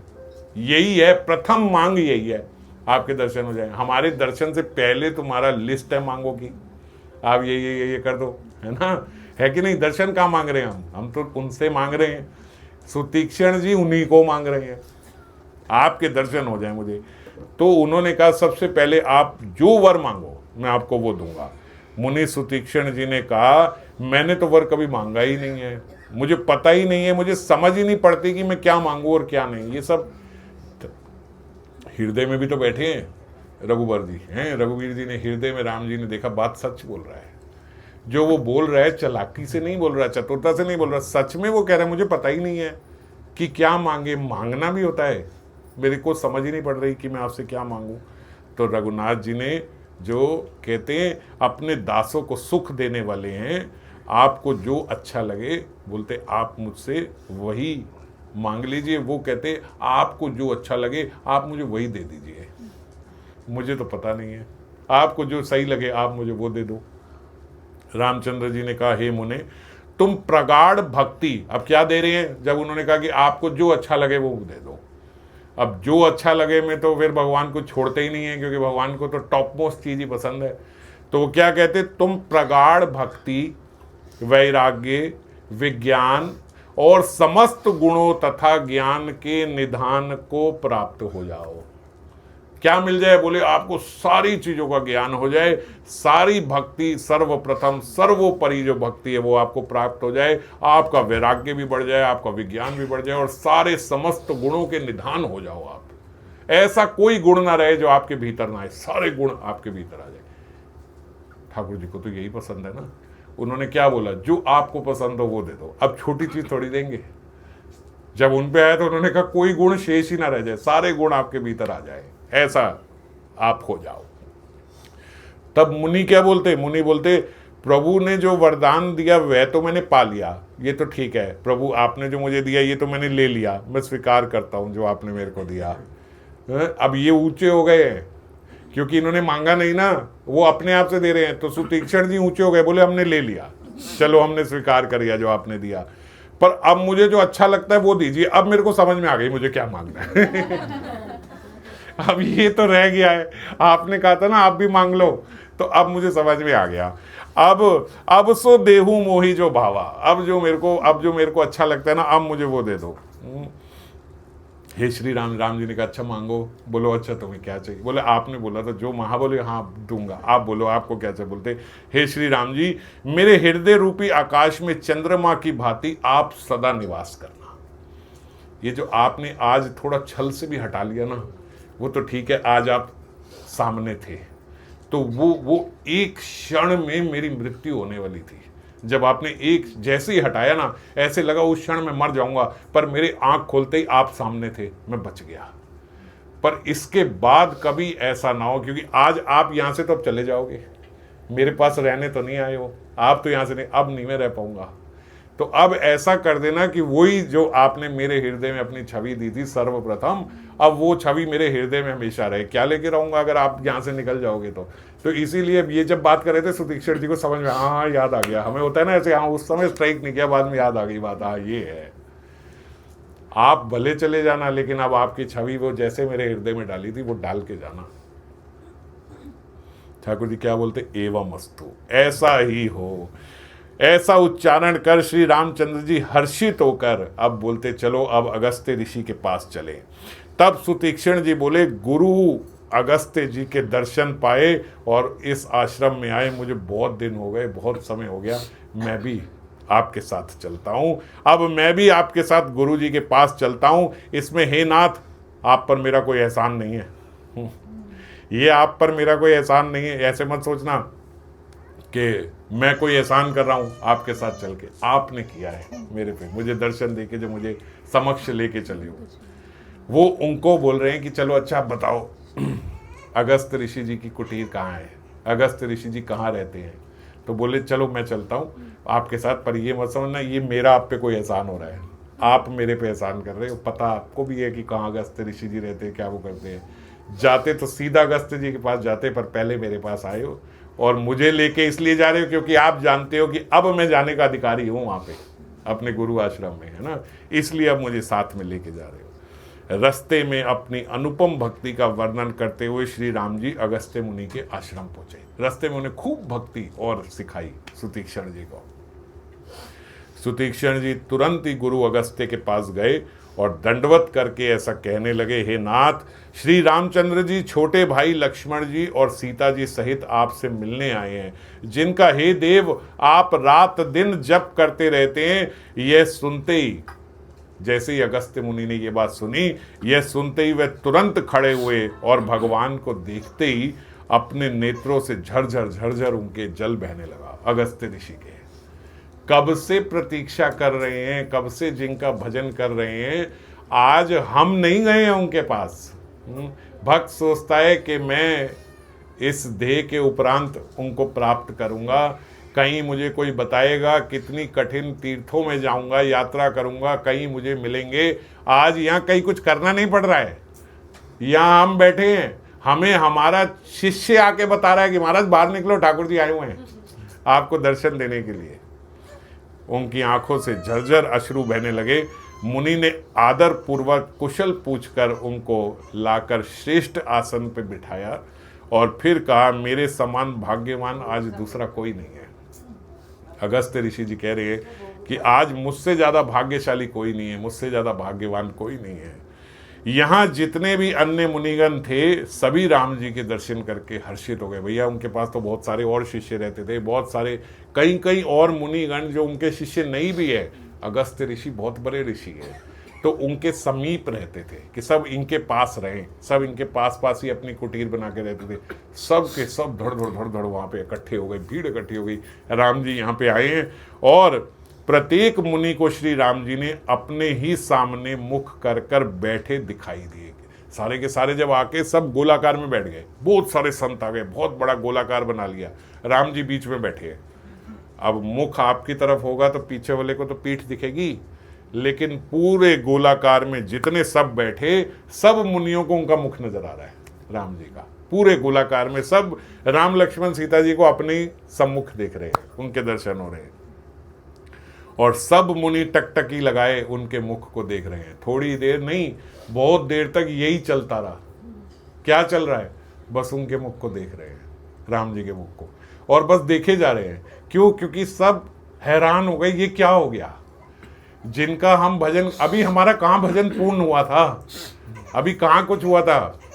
ये कोई कॉलेज थोड़ी है, डिग्री मिल गई पास हो गए। और अगर चलो मानो कॉलेज हो, आपको डिग्री मिलनी है चौथे साल में, सेकंड ईयर में ही आपको कहे चलो नौकरी, 1 करोड़ रुपया महीना, आप भी ऐसे ही देखते रह जाओगे कि कौन आ गया। वो ऐसे ठाकुर जी को देख रहे, हो गया हमारा डन फॉर द। इतने सारे जो हमने जीवन, इतने सारे जो हमारे जन्म हुए, सब खत्म। आज सब खत्म, आज हमारे सामने समक्ष आके बैठ गए, बस अब तो ओवर ना, अब इसके बाद क्या रह गया। तो सब उनको देखे जा रहे, बोले बहुत देर तक वहां बैठे देखते रहे। फिर श्री राम जी ने अगस्त्य मुनि से कहा, हे प्रभु अब आप मुझे सलाह दीजिए। अगस्त्य ऋषि से राम जी कह रहे हैं, अब आप मुझे सलाह दीजिए कि किस प्रकार मैं मुनियों के द्रोही, ये जितने यहाँ पे असुर हैं, राक्षस हैं, मैं इन सब का वध करूं। मैं कहाँ जाऊं, कैसे करूं, क्या करूं कि इन सब राक्षसों को मार पाऊं। मुनि मुस्कुराए और बोले, अगस्त्य मुनि जी, वो तो देखे जा रहे। अब बहुत देर हो गई देखते। राम जी ने कहा थोड़ी सलाह दो, आपसे सलाह लेने आया हूं कि कहाँ जाऊं, किस प्रकार राक्षसों को मारूं। अगस्त्य मुनि जी कहते, मुनि मुस्काने सुनी प्रभु बानी, पूछे नाथ मोहि का जानी। आप मेरे से पूछ रहे हो, वो देखे जा रहे हैं, आप क्या बात कर रहे हो, आप मुझसे पूछ रहे हो। हे नाथ, क्या बोला आपने, क्या बोला, मैं सुना नहीं।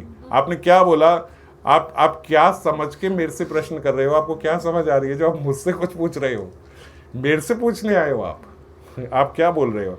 हे पापों को नाश करने वाले, मैं तो आप ही के भजन के प्रभाव से आपकी कुछ थोड़ी सी महिमा जान पाया हूं। अभी पूर्ण नहीं हुआ था मेरा भजन, जो आप यहाँ पे आ गए, आपने कृपा कर दी। हे नाथ, तुमरेउ भजन प्रभाव अघारी, जाने महिमा कुछुक तुम्हारी। आप ही के भजन के प्रभाव से अभी तो थोड़ी सी महिमा में आपकी जान पाया हूँ, उसमें ही मुझे पता है कि आप कौन हो, और आप आके मुझसे पूछ रहे हो। ते तुम सकल लोकपति साईं, इतना तो मुझे समझ में आ गया है कि आप जो हो स्वामी हो, लोकपति हो, ये सारे ब्रह्मांड के मालिक हो। पूछे एक मोही मनुज की नाई, आप मेरे से प्रश्न कर रहे हो।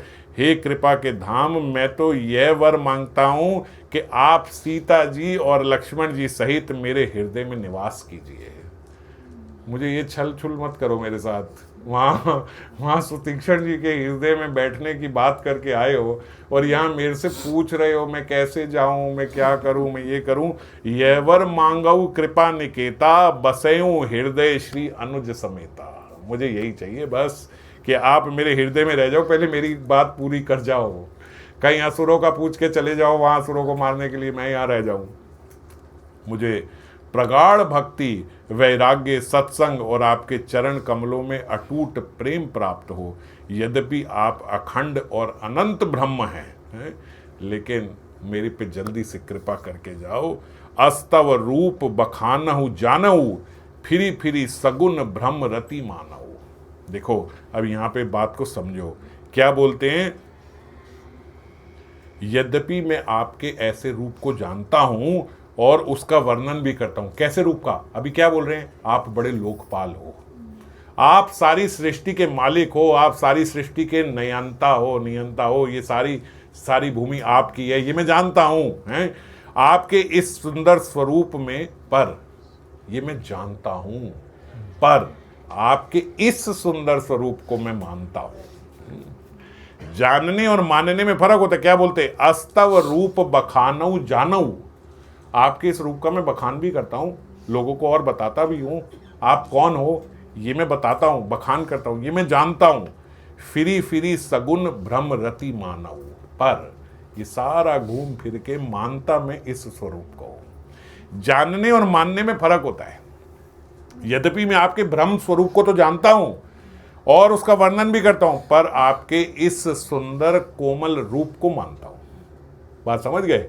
हम जानते तो हैं आप मालिक हो, जानती गोपियां सब हैं कि ये परम ईश्वर है, ये पूरे ब्रह्मांड के नियंता है, ये सब जानती हैं। ब्रह्मा जी इनके बच्चे हैं, ये वो जानती हैं, पर मानती नहीं है। मानती वो कन्हैया को है जो यहाँ पे छछिया भर छाछ पे नाच रहा है, मानती उसको है। तो जानना अलग बात है, मानना अलग बात है। हम जानते हैं आप हो, भगवान हो, पर हम मानते हैं कि आप यहाँ ठाकुर जी यहाँ बैठे हो, मेरे हाथ में हो, मैंने आपका श्रृंगार करना, नहीं तो नहीं होगा। तो ये मानते हम इसको है। वो जानते हैं वहाँ वो आप हो गए, प्रधानमंत्री हो गए आप, राष्ट्रपति हो गए आप, बाहर हो गए, वो हम जानते हैं, पर घर में हम आपको अपना प्रीतम ही मानते हैं, है कि नहीं? तो ऐसे है, यहाँ हम आपको अपना प्रीतम ही जानते हैं, यहाँ हमारे प्रिया प्रीतम हो, यहाँ हम प्रिया प्रीतम की तरह ही आपकी सेवा करेंगे, यही मानते हैं हम। वो हम जानते हैं, हाँ वो भी हो गए, जानकारी है हमें, खबर है हमें। तो हे प्रभु, एक परम मनोहर, और अगर आप मेरे से फिर भी बोलते, अगर आप फिर भी चाहते हो कि मैं बताऊं, फिर भी हे रघुनाथ जी, अगर आपने मुझसे पूछा है और आपकी लीला में ऐसा मेरा रोल है कि मैंने बताना है कि आपने कहाँ जाना है, तो मैं बता देता हूं। एक परम मनोहर और पवित्र स्थान है, उसका नाम है पंचवटी। आप प्रभु वहां दंडक वन को, जहां पंचवटी है, वहां जाइए और पंचवटी को पवित्र कीजिए। ऐसा कह के भगवान रघुकुल के स्वामी आप सब मुनियों पर दया करके वहीं निवास कीजिए। मुनि की आज्ञा पाकर श्री राम जी उन पे पूर्ण रूप से कृपा कर कर जो आशीर्वाद उन्हें मांगे थे, वो सारे आशीर्वाद उनको देकर गुप्त रूप से, ऐसे नहीं कि आके, सुतीक्षण जी को क्यों दे गए खुलेआम, अगस्त जी को दे रहे गुप्त रूप से, क्यों? क्योंकि अगस्त जी के साथ बहुत सारे ऋषिगण हैं, भीड़ है। भीड़ में जब ठाकुर जी आते हैं ना, तो व्यक्तिगत व्यवहार नहीं हो पाता, सीक्रेट वाला व्यवहार नहीं हो पाता। तो गुप्त रूप से वहाँ अगस्त्य ऋषि ने जो जो मांगा था वो सब उनको देकर वहाँ से गए, और जा कैसे रहे, उनको प्रणाम करके, हम बालक हैं, आप बड़े ऋषि हो, ऐसा करके वहाँ से जा रहे, और उन्हीं की आज्ञा पाकर वहाँ से चल दिए। आगे जाकर भगवान को रास्ते में जटायु जी मिले, जटायु जी से भेंट हुई। श्री रामचंद्र जी गोदावरी के समीप फिर वहाँ पर पर्णकुटी बनाई अपनी, कहाँ पर, जहाँ पंचवटी था, पंचवटी पहुँचे, वहाँ पे अपनी पर्णकुटीर बनाई। मुनि वहाँ के जितने थे वो सारे सुखी भी हुए और निर्भय भी हो गए कि अब राम जी आ गए, अब हमें किसी का भय नहीं है। पहले भयभीत रहते थे कि रावण के वो आ जाएंगे, सब आएंगे, असुर आएंगे। जितने वहाँ के पर्वत हैं, वन, नदी और तालाब, बोले सबकी शोभा कई गुना बढ़ गई जैसे ही राम जी का वहाँ पे निवास हुआ। पक्षी और पशुओं का समूह इतना आनंद हो गया, बोले एक एक पक्षी गीत गा रहा है वहां पे। जितने पशु हैं वो सारे सब हिंसा भूल गए। वन में हिंसक पशु होते हैं, वो यहाँ पे छोटे छोटे कुत्ते बिल्ली नहीं होते जो आराम से गली में घूमते रहते और हम भी घूमते रहते हैं। वहां बहुत हिंसक जीव होते हैं, और सारे हिंसक जीव बोले अपनी हिंसा सब भूल गए, सब वहां नाच रहे हैं, गा रहे हैं। बोले ऐसा दृश्य देखने को मिल रहा है कि पक्षी वहां बैठ के गीत गा रहे हैं और उनके गीत पे पशु नाच रहे हैं। पंचवटी में ऐसा दृश्य देखने को मिल रहा है। जहां प्रत्यक्ष श्री राम जी विराजमान है, उस वन का वर्णन करने में तो हम क्या बोलेंगे, तुलसीदास जी कहते शेष जी भी नहीं कर सकते उसका वर्णन, उनके लिए भी संभव नहीं है। उस वन की क्या शोभा थी, राम जी की शोभा तो अभी बहुत दूर की बात है, उस वन की क्या शोभा थी वो वर्णन भी शेष जी नहीं कर सकते। शेष जी वो नहीं कर सकते। क्या नहीं कर सकते, बोले उस वन का इतना वन सुंदर हो गया, इतना वो आनंदित रहने लगे वहां के जीव जंतु। केवल ऋषि मुनि निर्भय हो गए नहीं, वहां के जीव जंतु सब आनंदित होकर ठाकुर जी की प्रसन्नता के लिए गीत गा रहे हैं। एक बार श्री राम जी वहां सुख से बैठे हुए थे, उस समय लक्ष्मण जी ने उनसे बड़े सरल वचन कहे। बोले स्वामी मैं अपने कुछ प्रश्न आपसे पूछना चाहता हूं, मुझे समझदार वही कहिए जिससे सब छोड़कर मैं आपकी चरण रज की सेवा प्राप्त करूं। मुझे हे देव ऐसे ज्ञान दीजिए कि मैं सब कुछ छोड़ के आपके चरणों की सेवा कर सकूं। ज्ञान क्या है मैं ये जानना चाहता हूं। कौन बोल रहे हैं? लक्ष्मण जी। लक्ष्मण जी राम जी को बोल रहे हैं। ज्ञान क्या है, वैराग्य क्या है, ये माया क्या है, और उस भक्ति को कहिए जिसके कारण आप दया करते हैं। अब लक्ष्मण जी जो हैं, हालांकि सब जानते हैं पर नर लीला चल रही है, तो उसमें क्या देखते हैं कि इतने सारे ऋषियों पे कल्याण करके आ रहे हैं राम जी, इतने सारे ऋषियों पे कृपा करके आ रहे हैं, तो बोलते ये कृपा कैसे होती है राम जी? हमारे लिए प्रश्न पूछा जा रहा है कि कैसे होती है ये, असली में ज्ञान क्या होता है, वो कौन सा ज्ञान है जिससे आप रीझ जाते हो, वो कौन सा वैराग्य है जो आपके हृदय को स्पर्श करता है, ये माया क्या है जिसमें जीव फंस जाता है, और उस भक्ति को कहिए जिसके कारण आप तुरंत दया कर देते हैं किसी पे, जिसके भीतर ज्ञान भी नहीं है, वैराग्य भी नहीं है, उस पे भी आप दया कर देते हैं। वो भक्ति कौन सी होती है? जीव क्या है, ईश्वर क्या है, मुझे थोड़ा सा इसके बारे में बताइए। लक्ष्मण जी कह रहे हैं कि क्या होगा जिससे आपके चरणों में मेरी प्रीति बढ़ेगी और शोक मोह तथा भ्रम नष्ट हो जाए। ये किनका? लक्ष्मण जी कह रहे हैं मेरा, मैं अपने लिए प्रश्न पूछ रहा हूं और किसी के लिए नहीं। कहूँ ज्ञान विराग अरु माया, कहूँ सो भगति करहूँ जेहि दाया। ऐसी कौन सी भक्ति है जिससे आप तुरंत जीव पर दया कर देते हो? राम जी कहते थोड़े ही मैं सब कहूँ बुझाई। ज्यादा लंबी बात तो नहीं करूंगा लक्ष्मण जी, थोड़े में ही बोलूंगा, आप समझ जाना, थोड़े से में आपको मैं सब समझा देता हूं। उन्होंने कहा हे तात सुनो, मैं और मेरा, तू और तेरा, यही माया है। थोड़े में बता रहे हैं, ज्यादा बड़ा विस्तार नहीं कर रहे माया का। बोले माया क्या है? सबसे बड़ी माया सर्वप्रथम पहले ये आती है मैं। ये मैं कौन है? मैं कौन है? ये मैं, ये देह है। बोले ये माया है ना? जब हम इस देह को मैं मान लेते हैं, बोले वहां से माया प्रारंभ होती है। ये माया का प्राकट्य स्थान है मैं। जैसे ही आपने बोलना मैं, बस शुरू। अब इसके आगे जो बोलोगे, इसके आगे क्या बोलोगे? मैं के बाद मेरा। अब मैं और मेरा हो गया तो तू और तेरा। बोले ये सब जो है ये सारी माया है। मैं अरु मोर तोर तई माया, जेही बस किहे जीव निकाया। जिसने समस्त जीवों को अपने वश में कर रखा है। सारे जीवों को माया ने पहले ही वश में कर लिया। कैसे वश में कर लिया? क्योंकि उन्होंने इस देह को मैं मान लिया, फिर वस्तुओं को मेरा मान लिया, जो मेरी नहीं है उसको तेरा मान लिया, उसको तू मान लिया। अरे मैं और तू कोई अलग अलग नहीं है, हम सब भगवान का ही अंश हैं। ये जान ले, माया खत्म। पर ये नहीं जानते। ये मेरा है, ये मेरी है, ये तेरा है, ये तेरी, ये तू रख, ये मैं रखूं, ये इतना भाग मेरा, इतना भाग तेरा, ये सब माया है। आगे और बताते, इंद्रियों के विषयों को और जहां तक मन जाता है, जितने भी इंद्रियों के विषय हैं। क्यों इंद्रियों के विषय? इंद्रियां किसकी हैं? देह की।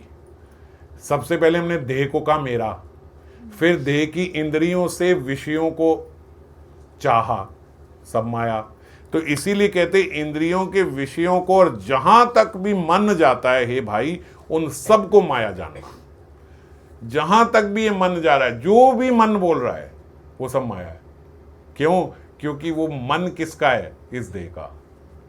पहले जब आपने कह दिया ना मैं, फिर उसके बाद उस मन ने जितनी भी परिकल्पना करी, जहां तक भी गया, जहां तक भी जा सकता है, वो सब माया।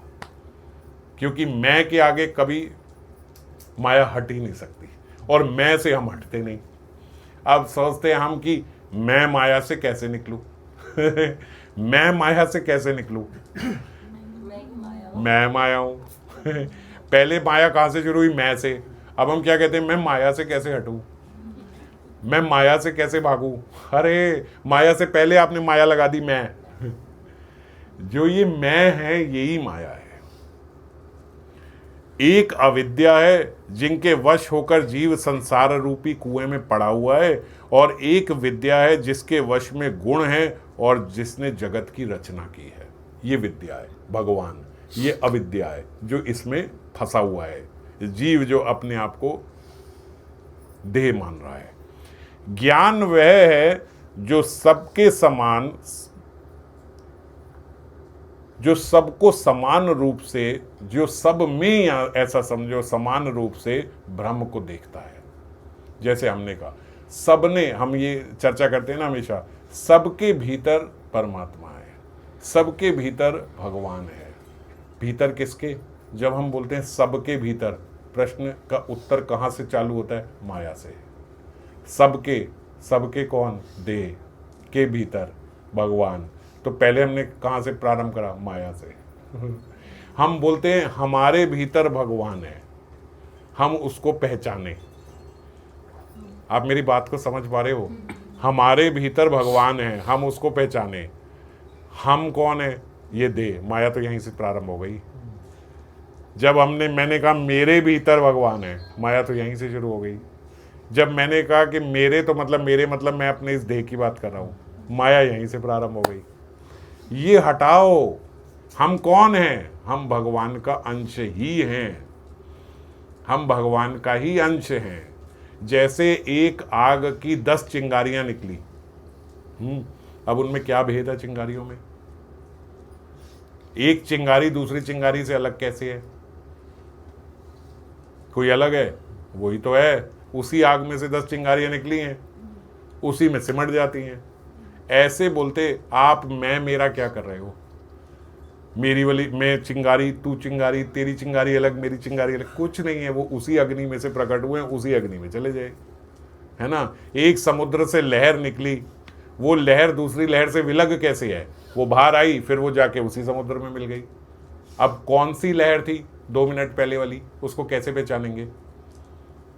हम एक समुद्र के तट पे खड़े हैं, 10 मिनट खड़े रहते हैं, बहुत सारी लहरें आती है। हमने गिनती कर ली कि इतने में 150 लहरें आई।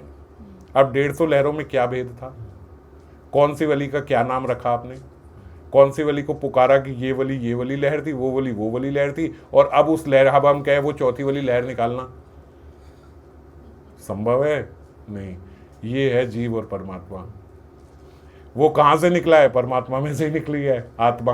कहां मिल गई? परमात्मा में मिल गई आत्मा।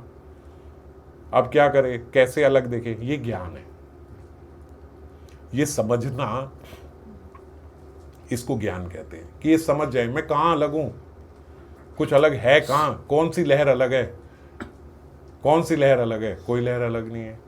थोड़ी लहर आई, उसको लगा जितनी रेत पे मैं गई, जितनी बालू पे मैं गई, ये बालू मेरी है, कह सकती है ना लहर। ये मैं अलग हुई, ये इतनी सारी बालू मैंने इकट्ठी करी, ओ वापस लहर वहां पे। दूसरी आई, उसी बालू को उसने कह दिया ये मेरी बालू, ये मेरी बालू हो गई। बालू समझ ना, रेत, ये मेरी बालू, अलग वहीं पे घुस गई। तीसरी आई, ये मेरी बालू। ऐसा ही हो रहा है बस। हम आते हैं, हम सोचते हैं ये मेरा, ये मेरा, ये मेरा, ये मेरा, ये मैं लहर, ये मेरी बालू और फिर थोड़ी देर बाद फिर वहीं, फिर दूसरा कोई आता है, वो बोलता है ये मेरी जगह, ये मेरी भूमि, ये मेरा घर, ये मेरा परिवार, फिर जाके वहीं मिल जाता है। फिर वो आता है, कौन आ रहा है, कौन जा रहा है, किसकी हो गई भूमि, किसका हो गई ये सृष्टि, ये पृथ्वी किसकी हुई। एक पृथ्वी गीत है भागवतम में, लास्ट में, भगवत गीत तो हमने सुना है, एक पृथ्वी गीत भी है 12वें स्कंद में। वो पृथ्वी यही कह रही है, बड़े बड़े राजा महाराजा आए, सब कहते हैं मैं ये मेरी है, ये मेरी है, मैं किसी की नहीं हुई। मैं आज तक पृथ्वी कहती है मैं किसी की नहीं हुई हूँ। मैं किसकी हूँ? बोले मैं तो अपने ईश्वर की हूँ, उन्होंने ही मुझे प्रकट किया है, मैं उन्हीं में जाके लीन हो जाऊंगी। ये ब्रह्मांड कहाँ से आया है? भगवान के रोम छिद्रों से निकला है। कहाँ चला जाएगा? भगवान के रोम छिद्रों में चला जाएगा। तो पृथ्वी कहती मैं किसकी हूँ? मैं ठाकुर की हूँ। ये बीच में अहंकारी आते रहते हैं, कहते रहते हैं ये मेरी भूमि है, ये मेरी है, ये इतनी पृथ्वी मेरी है, इतना घर मेरा है, इतना फ्लैट मेरा है, ये मेरा है। वो तो तुम बोलते रहो, ये शरीर मेरा है, ये मेरा, ये बोलते रहो। ये क्या है? ये माया है। और ये समझ जाएं मेरा नहीं है, ये ज्ञान है। इसको असल में ज्ञान बोलते हैं। हे तात, उसी को परम वैराग्यवान कहना चाहिए जो सारी सिद्धियों को और तीनों गुणों को तिनके के समान त्याग चुका हो। वैराग्यवान वो होता है, ऐसे नहीं कि एक घर छोड़ के यहाँ चले गए, एक टाइम का खाना छोड़ दिया, ये कर दिया और हम कहें हम वैराग्यवान हैं। अब हमने ये वाले वस्त्र पहन लिए, हम वैराग्यवान हैं। अब हमने ये वाला घर छोड़ दिया, हम वैराग्यवान हैं। घर से डबल गुना आश्रम बना लिया और कहने लगे अपने को वैरागी। ये वैराग नहीं है। वैराग क्या है? जो भारद्वाज ऋषि का हमने पढ़ा था ना, जब भरत जी वहाँ गए थे, सारी सिद्धियाँ 9 निधियाँ सब उनकी दासियाँ हैं, अपने लिए नहीं। जो अयोध्या से आए सब उनके लिए समर्पित। आप इसमें रहो, हम कहाँ रहेंगे? भारद्वाज जी वही छोटी सी कुटिया में रहते हैं। वो सिद्धियाँ 9 निधियाँ ऐसे हाथ जोड़े खड़ी हुई हैं, कुछ हमसे सेवा से करो, अरे हमें नहीं चाहिए। हाँ, अयोध्या से राम जी की मैया आई है, राम जी के भाई आए हैं, भरत जी आए हैं, सब जो सेवा कर सकते हो इनके लिए करो। वो वहाँ से गए, सब सिमट के वापस। वो आए, बड़े बड़े महल बन गए, सब कुछ बन गया, उनकी पूर्ण रूप से सेवा हुई। वो गए, सारा कुछ सिमट के वापस, वो ये कुटिया रह गई भारद्वाज जी के पास। ये होते हैं वैरागी। है सब कुछ, चाहिए कुछ नहीं, तिनके के समान सब कुछ त्याग चुके हैं। वैराग्य और योग से ज्ञान होता है। ज्ञान कब आता है? जब भीतर वैराग्य होगा, जब भगवान से मिलन की आशा होगी, तब हमारे भीतर ज्ञान आएगा। और ज्ञान ही मोक्ष को देने वाला है। उसमें प्रेम भी आ जाता है, उसकी उच्च अवस्था प्रेम भी है। और हे भाई, जिससे मैं शीघ्र ही प्रसन्न होता हूं, ये सब में तो बड़ा टाइम लगेगा। वैरागी होने में, ज्ञानी होने में, योगी होने में। पहले वैरागी होए, फिर विराग के साथ योग का मिलन हो, फिर विराग और योग के मिलन से ज्ञान पैदा होगा, फिर उस ज्ञान से मोक्ष होगा। मोक्ष की सर्वप्रति जो अवस्था है, सर्वोत्तम अवस्था है, वो प्रेम की है। वहाँ वो जाके मिलेंगे। बोले ये सब चक्कर करने से, हे भाई, जिससे मैं जल्दी से, शीघ्रता से प्रसन्न हो जाता हूँ, वह मेरी भक्ति है। इतना झंझट करने से पहले ही अगर ऐसा हो जाए कि हम समझ जाएं कि हम कौन हैं, ये मैं, मेरा सब माया है, इन सब चक्कर को छोड़ो, बस उन्हीं की सेवा में जाना है, उन्हीं की सेवा आज से स्वीकार कर लूं, ये भक्ति है। और यही भक्ति जो है वो भक्तों को सुख देने वाली है। जो भक्तों को सुख देने वाली भक्ति होती है, जो मुझे सुख देने वाली भक्ति है, उससे मैं बड़ी जल्दी प्राप्त हो जाता हूँ। भगति तात अनुपम सुख मूला, मिलई जो संत होई अनुकूला। भक्ति अनुपम एवं सुख की मूल है, और वह तभी मिलती है जब संत अनुकूल, यानी संत प्रसन्न हो जाते हैं। ये भक्ति सुगम, अच्छा हम कहें भक्ति सबसे सरल है, भक्ति से भगवान सुगमता से मिल जाएंगे, पर भक्ति कैसे प्राप्त होगी ये भी तो बताओ आप। हम इतने बड़े वैरागी नहीं हुए, हम इतने बड़े ज्ञानी नहीं हुए, हम इतने बड़े योगी नहीं हुए, हम इतने बड़े तपस्वी नहीं हुए। आपने कहा सुगमता से भक्ति से प्राप्त हो जाऊंगा, पर ये भक्ति कैसे प्राप्त होगी? तो भगवान बोलते जब संत अनुकूल हो जाएं, जब संत महात्मा आपसे प्रसन्न हो जाएं, तब समझो आपकी भक्ति प्रारंभ हो गई। अब आपकी भक्ति प्रारंभ, प्रथम ही विप्र चरण अति प्रीति। लक्षण क्या है? आपकी वैष्णवों के चरण में प्रीति हो जाएगी। प्रथम ही, सबसे पहले, विप्र चरण अति प्रीति। यह सुगम मार्ग है जिससे जीव मुझको सहज ही पा लेता है। ये सुगम है, ये सबसे आसान है, ये सबसे सरल है, इससे मुझे जल्दी से प्राप्त किया जा सकता है। पर पहले इसका लक्षण क्या है कि ब्राह्मणों की, वैष्णवों के चरणों में जीव की रति हो जाती है। फिर क्या होता है, ये तो प्रथम है ना, फिर क्या होता है, फिर विषयों से वैराग्य होगा। जब संतों के चरणों में प्रीति हो जाएगी तो विषयों से अपने आप वैराग्य हो जाएगा, फिर विषय नहीं सुहाएंगे। और तब श्रवण आदि 9 प्रकार की भक्तियां दृढ़ होंगी। फिर हमें भगवान की कथा श्रवण अच्छी लगेगी, फिर हमें भगवान का नाम जप मीठा लगेगा, ये करने का हमारा मन करेगा, अध्ययन करने का हमारा मन करेगा। जितनी भी 9 प्रकार की भक्तियां हैं, भगवान के साथ हमारा जो संबंध है हमें वही अच्छा लगेगा। संसार के साथ के संबंधियों को वो हमें सुहाएंगे नहीं। हमें हमारा संबंध भगवान से ही बने। ये भी 9 प्रकार की भक्तियों में आता है, भगवान के साथ का जो संबंध है, ये सब हमें अच्छा लगने लगेगा। और मन में मेरी लीलाओं के प्रति अत्यंत प्रेम प्रकट होगा। जो ये हम जैसे भगवान की लीलाएं सुन रहे हैं, मज़ा आ रहा है ये सब सुनने में, आ रहा है कि नहीं आ रहा है? तो भगवान की लीलाएं सुनने में मज़ा आ रहा है, बोले ये होगा। मेरी लीला सुनने में मज़ा आएगा, मेरा नाम लेने में रस आएगा, मेरी कथा श्रवण करने में, उसका अध्ययन करने में, मेरा नाम लेने में, इन सब में जब मज़ा आने लगे तब समझना कि अब आपकी भक्ति प्रकट हो रही है। और विषयों से धीरे धीरे धीरे धीरे वैराग्य भी होता जाएगा। ये थर्मामीटर है चेक करने का। ऐसा ना हो कि खाने के प्रति प्रीति बढ़ती जा रही है, प्रसाद प्रसाद कह के खाना बहुत अच्छा लगने लग रहा है। अब अलग अलग प्रकार के खानों में मेरी रुचि हो रही है, अलग अलग प्रकार के स्थानों में मेरी रुचि हो रही है, अलग अलग प्रकार के मनुष्यों में मेरी रुचि हो रही है। और मैं ऐसा सोचूं कि मेरा भक्ति जो है, भजन जो है वो बढ़ता चला जा रहा है ना। अगर भजन बढ़ेगा तो इन सब में अरुचि होने लगेगी। जिसका संतों के चरण कमलों में अत्यंत प्रेम हो, मन वचन और कर्म से भजन का दृढ़ नियम हो। केवल बोलने से नहीं, मन से भी।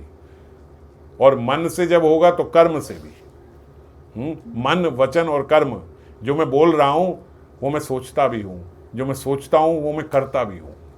तो मन वचन कर्म से जब भजन का दृढ़ नियम हो, और जो मुझे ही गुरु पिता माता भाई पति और देवता सब कुछ जाने और सेवा में दृढ़ हो, मेरा गुण गाते समय जिसका शरीर पुलकित हो जाए।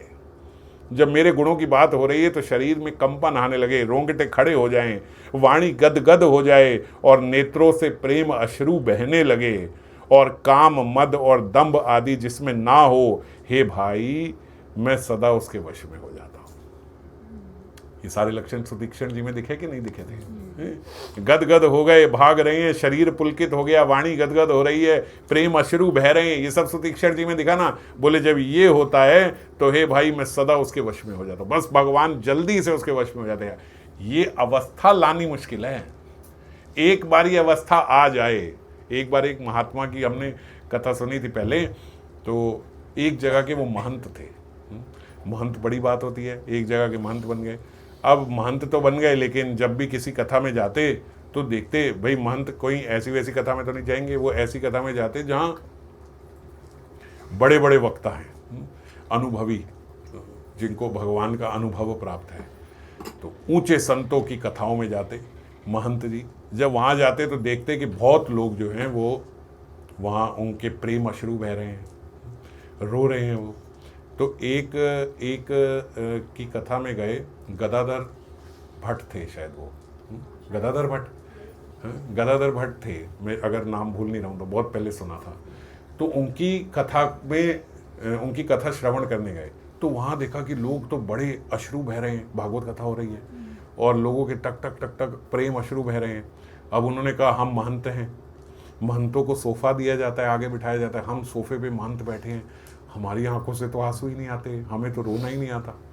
कोई बात नहीं, अगले दिन घर गए, वहाँ से घर से थोड़ा सा महाराज अपनी छोटी सी डिब्बी में लाल मिर्चा इकट्ठी कर ली कि जब ऐसा होगा तो आंखों में लाल मिर्चा लगा लूँगा, लाल मिर्चा से आंखों से आंसू बहेगा, और आंखों से सिर्फ आंसू बहेगा तो थोड़ा तो लगेगा भाई महंत है तो इसके भी तो अश्रु बहने चाहिए, है ना, बेइज्जती नहीं होगी मेरी वहाँ पे।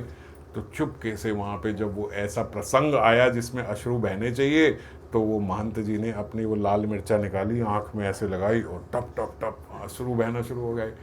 अब जो ही अश्रु रुके तो उसके रुकने से पहले फिर मिर्चा लगा ले और फिर अश्रु बहना शुरू हो जाए, मानो रुकने ही नहीं दी। जो वहाँ वक्ता थे वो बैठे, अब सोफे वाला तो खास दिखता है तो सोफे नीचे बैठा कोई दिखे ना दिखे, सोफे वाला तो चमकता है। तो उन्होंने जो है देखा कि महाराज प्रेम अश्रु तो नहीं आ रहे हैं, कृपा हो रही है नीचे से, जो प्रेम अश्रु बहे जा रहे हैं। गदाधर भट्ट भी बहुत अच्छे भक्त थे। अच्छे भक्तों की क्या निशानी होती है, वो किसी की कमी नहीं देख पाते, वो उसमें भी उसकी बढ़ाई देख लेते हैं। जैसे ही कहते उन्होंने कथा खत्म करी, कथा खत्म होते ही दंडवत करके महाराज उनके सामने लेट गए, आपकी जय हो महंत जी। और उनकी आंखों से झरझर अश्रु बहने लगे, प्रेम अश्रु बहने लगे। कैसे अश्रु बह रहे हैं, बोले आप जैसा मैंने भक्त नहीं देखा, आप जैसा भक्त बन जाऊं तो ठाकुर जी रीझ जाए।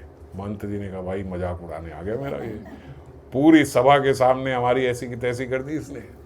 बोले महाराज नहीं, आप जैसा भक्त नहीं। वो तो अपने प्रेम में ही थे, वो ऐसे नहीं आए थे, वो प्रेम में ही थे। वो कहते आपका कितना प्रेम है ठाकुर जी से कि अश्रु लाने के लिए अपनी आंखों में लाल मिर्चें लगा रहे हो। अरे लाल मिर्चें लगा कर ठाकुर जी की, रोना नहीं आ रहा तो भी रोऊंगा ठाकुर जी के उसमें, उनको भाव पसंद है, भाव ना आए मिर्चें डाल के अपना भाव प्रकट करूंगा। अरे ऐसा भक्त कहाँ मिलता है भाई, ऐसा भक्त कहाँ मिलता है जो अपनी आंख में लाल मिर्चें डाल के भी ठाकुर को रिझाले कि मेरे अश्रु से आप रीझते हो तो मेरे अश्रु आ जाए। ऐसा भक्त, वो उनकी बढ़ाई देख रहे हैं उसमें।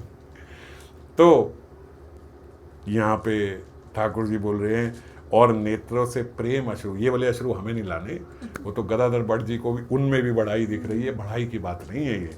तो यहाँ पे बोलते जिनके नेत्रों से प्रेम अश्रु बहने लगे, जिनका शरीर पुलकित हो जाए, वाणी गदगद हो जाए, और काम मद और दंभ आदि जिसमें ना हो। जब अश्रु निकाले जाते हैं तो वो दंभ होता है, जब अश्रु केवल दिखाने के लिए लाए जाएं वो दंभ है ना, वो तो अहंकार की पुष्टि हो रही है। और भाई ऐसे राम जी कहते, भाई ऐसे जो जीव होते हैं मैं सदा उनके वश में होता हूँ। जो निष्काम भाव से मेरा भजन करते हैं उनके हृदय कमल में मैं सदा विश्राम किया करता हूँ। निष्काम भाव मतलब अब इस जगत में किसी से कुछ चाहिए नहीं, मेरा भजन करते हैं लेकिन मुझसे भी उनको कुछ नहीं चाहिए। जो ऐसे भक्त हैं उनके हृदय में वास करता हूँ। इस भक्ति योग को सुनकर लक्ष्मण जी ने अत्यंत सुख पाया। लक्ष्मण जी गदगद हो गए सुन के कि अब सुगमता से, सरलता से समझ में आ गया माया क्या है, अब सुगमता से समझ में आ गया ज्ञान क्या होता है, वैराग्य क्या होता है, जीव कैसे फंसता है, क्या उसको क्या इस जगत में फंसाया जाता है, और कितनी सुगमता से भक्ति क्या है, और वो भक्ति कैसे भगवान को रिझा लेती है, ये सब मुझे समझ में आ गया। उन्होंने प्रभु श्री रामचंद्र जी के चरणों में अपना सिर नवाया और इस प्रकार वैराग्य, ज्ञान, गुण और नीति कहते हुए कुछ दिन बीत गए। ये सब ठाकुर जी हम जल्दी में तुलसीदास जी बता रहे हैं, उन्होंने कुछ दिन में उनको छोटे में ही ये सब कुछ बताया।